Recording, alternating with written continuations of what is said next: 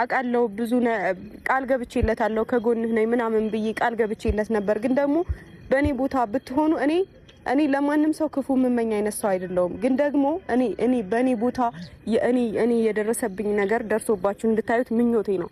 ወይም ደግሞ በብሩኬ ቦታ ሆናችሁ ብሩኬ የሚያሳልፈውን ነገር ደርሶባችሁ እንድታዩት ምኞቴ ነው። በሰው ህይወት እየገባችሁ የሆነ የምትፈተፍቱ የምትፈርዱ ሰዎች እኔ ስለ እናንተ አይደለም ላወራ የመጣሁት፣ ግን ስለ ራሴ ሰላም፣ ደህንነት፣ ጤና እፈልጋለሁ። ራሴን ማረጋጋት እፈልጋለሁ። ደህና መሆን እፈልጋለሁ። እኔ ይሄን ነገር ለመቀበል በጣም ለኔ በጣም ከባድ ነው። በጣም ማለት ነው በጣም ከባድ ነው። ስከራከርለት የኖርኩት ሰው ነው። ገባችሁ? ስከራከርለት የኖርኩት ሰው ልጅህ ናት የተባለችውን ህፃን ልጅ በእቅፉ ላይ አድርጎ ሳይ እንደኔ የተሰበረ ሰው የለም። እውነት ለመናገር ማለት የተሰበረ ስላችሁ አለ አይደለ የሆነ ይሰማል። ቤተሰብ መግቢያው ላይ እንደሰማችሁ እንዳዳመጣችሁ ሀይሚ ሳትሰሙ ሳታዳምጡ አትፍረዱ ብላ መልስ ሰጥታለች ማለት ነው። በእርግጥ እንዳለች ሀይሚ ማለት ነው አንዳንዱ ሰዎች ለወሬ የምትቸኩሉ አላችሁ፣ ግን ብትረጋጉ ጥሩ ነው ማለት ነው። ከቻላችሁ ሀይሚና ብሩኬ አንድ ይሁኑ፣ እዩ ከህይወታቸው ትውጣ ብላችሁ ሀይሚና ብሩኬ አንድ እንዲሆኑ ድዋ አድርጉላቸው። ከዛ የተረፈ ደግሞ እንዳለች ሀይሚ ትርፍ ቃል መናገር ወይም ደግሞ መጥፎ ቃል መናገር ጥሩ አይደለም ማለት ነው። እና ያው መግቢያው ላይ መስማታችሁ አይቀርም። ሰምታችሁም ደግሞ አስተያየት ካላችሁ በኮሜንት አሳውቁን ማለት ነው።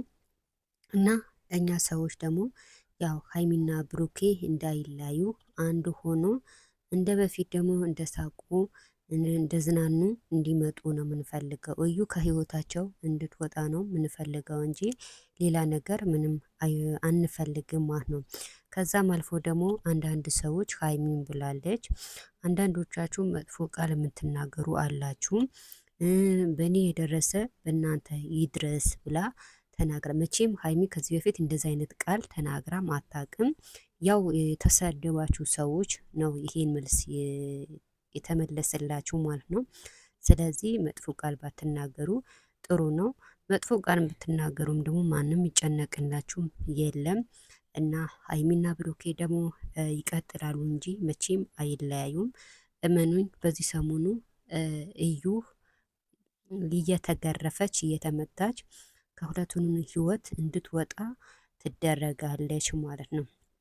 ብዙዎቻችሁ ደግሞ ሀይሚና ብሩኬ ይለያያሉ፣ እንኳን ደስ አላችሁ፣ እንኳን ደስ አለን፣ ሀይሚና ብሩኬ ይለያያሉ ብላችሁ በጉጉት የምጠብቁ ሰዎች ተስፋ ቁረጡ። ሀይሚና ብሩኬ ደግሞ መቼም አይለያዩ፣ እመኑ ማለት ነው።